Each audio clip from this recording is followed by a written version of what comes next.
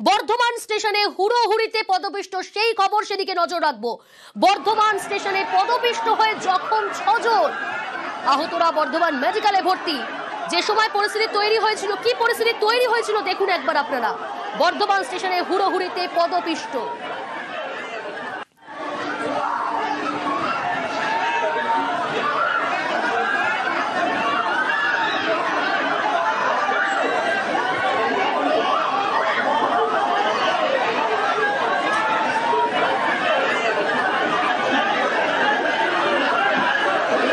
বর্ধমান স্টেশনে হুড়োহুড়িতে পদপিষ্ট, বর্ধমান স্টেশনে পদপিষ্ট হয়ে জখম 6 জন।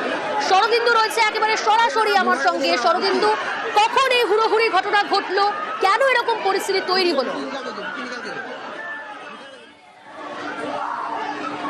দেখো, আমি এখন রয়েছি বর্ধমান রেল স্টেশনে এবং কিছুক্ষণ আগেই বলা যায় সন্ধ্যের মুখে 5টা 15 থেকে 5টা 25 মিনিট নাগাদ এই পদপিষ্টের ঘটনা ঘটে গেছে এবং বেশ কিছু যাত্রী তারা আহত হয়েছেন। তাদের মধ্যে 6 জনকে বর্ধমান মেডিকেল কলেজ হাসপাতালে নিয়ে যাওয়া হয়েছে। 2 জনের অবস্থা কিন্তু আশঙ্কাজনক। ব্যাপার হলো যে অনেক যাত্রী ফুট ওভারব্রিজে অপেক্ষা করছিলেন। 4 নম্বর প্ল্যাটফর্মে হাওড়া থেকে বর্ধমান লোকাল আসে, সেই ট্রেনটিকেই ঘোষণা করা হয় আবার হাওড়াগামী মেন লাইন লোকাল হিসেবে। এইবারে ওই ট্রেনের যে যাত্রীরা তারা একদিকে সেই সিঁড়ি দিয়ে যখন ওপরে ওঠার চেষ্টা করছে, ঠিক সেই সময় সেই ট্রেন ধরার জন্য ওপর থেকেও শত শত যাত্রী তারা নিচের দিকে নামার চেষ্টা করে। এই যে একটা হুড়োহুড়ির পরিস্থিতি তৈরি হয়, তার ফলেই কিন্তু এক মহিলা যাত্রী পড়ে যান এবং তারপরে আরও কয়েকজন যাত্রী পড়ে যান এবং তাদের ওপর দিয়ে অন্য যাত্রীরা পেরিয়ে যাওয়ার চেষ্টা করেন। ফলে এই পদপিষ্টের ঘটনা ঘটেছে। প্রত্যক্ষদর্শীরা কি জানাচ্ছেন একবার শোনাই আপনাদের।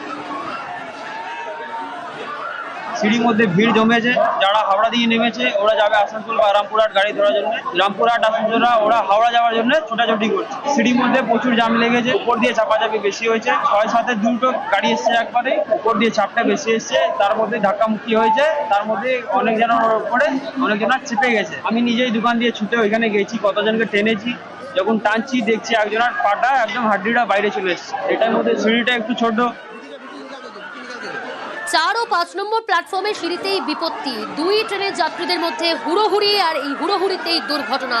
আহতদের মধ্যে 2 জনের আঘাত গুরুতর। আমি আবারও যাব, শরদিন্দু রয়েছে আমার সঙ্গে সরাসরি। শরদিন্দু, রেল কর্তৃপক্ষের তরফ থেকে কি জানানো হচ্ছে? দেখো, রেল কর্তৃপক্ষের তরফ থেকে জানানো হচ্ছে যে একটা হুড়োহুড়ির ঘটনা ঘটেছে এবং তাতে 2 যাত্রী তারা আহত হয়েছে।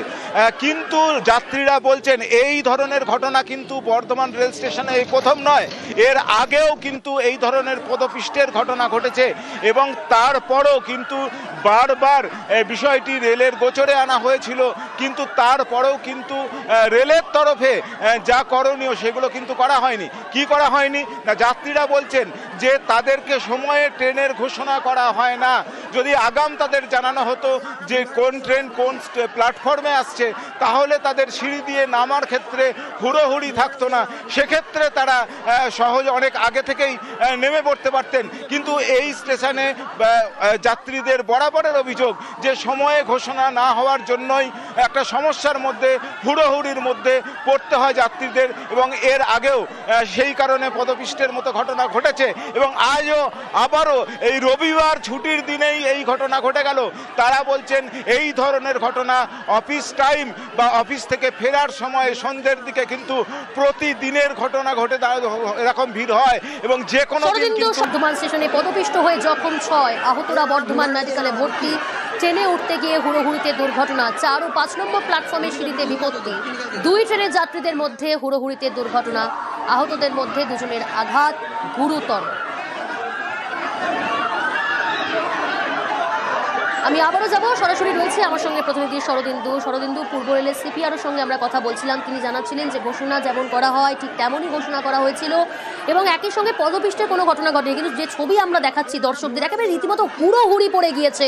তুমি যেমনটা বললে, প্রথমে একজন মহিলা যাত্রী তিনি সেখানে পড়ে যান এবং তারপর আরও বেশ কয়েকজন সেখানে পড়ে যান, তাদের উপর দিয়ে অন্য যাত্রীরা চলে যান। খুব স্বাভাবিকভাবে ছবিতেও বোঝা যাচ্ছে যথেষ্ট হুড়োহুড়ি পড়ে গিয়েছে। আহতরা কেমন রয়েছেন জানতে চাইব। দেখো, আহতদের মধ্যে 6 জনকে নিয়ে যাওয়া হয়েছে বর্ধমান মেডিকেল কলেজ হাসপাতালে এবং সেখানে 4 জনের অবস্থা স্থিতিশীল। হাসপাতাল সূত্রে জানানো হচ্ছে 2 জন যাত্রীর অবস্থা কিন্তু গুরুতর এবং তাদেরকে পর্যবেক্ষণের মধ্যে রাখা হয়েছে। সব মিলিয়ে যে এই 6 জনের একদম জখম, যাদেরকে হাসপাতালে পাওয়া গেছে, এর বাইরেও অনেক যাত্রী কিন্তু অসুস্থ হয়েছেন, আহত হয়েছেন।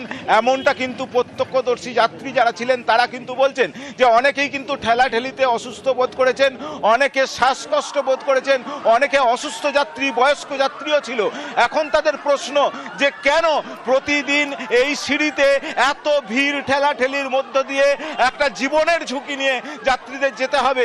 রেল কর্তৃপক্ষ বলছে যে তারা যথেষ্ট সময় নিয়ে তারা ট্রেনে ধরুন, কিন্তু সময়টাই দেওয়া হয় না, এটাই অভিযোগ যাত্রীদের। তাদের বক্তব্য যে শেষ মুহূর্তে ঘোষণা করা হয়, তখন হুড়োহুড়ি না করা ছাড়া কোনো উপায় থাকে না। যাত্রীরা বাধ্য হন যে সেই ট্রেন ধরার জন্য তাড়াতাড়ি নামতে। অন্যদিকে যারা 2 ঘন্টা 2.5 ঘন্টা ধরে ফিরছেন, তাদেরও ওপরে ফিরে যাওয়ার একটা তাড়া থাকে। রামপুরহাটের যাত্রী, তাদেরকে ট্রেন বদল করতে হয় এবং হলদিবাড়ি এক্সপ্রেস সেই ট্রেনও এসে দাঁড়িয়েছিল। একটাই সিঁড়ি, অথচ হাজার হাজার। আমরা সিঁড়ি থেকে নামছিলাম আর ওই যার থেকে সিঁড়ি থেকে উঠছিল। এবার আমরা নামার মুহূর্তে পেছন থেকে অনেক লোক এসে ধাক্কা মেরেছে যে আমরা তলায় পড়ে গিয়ে পদপিষ্ট হয়ে গেছি। কিন্তু আমি নয়, অনেক এরকম অনেক জনাগারি কেস হয়েছে। কত নম্বর প্ল্যাটফর্ম? ওটা হয়েছে 4 নম্বর।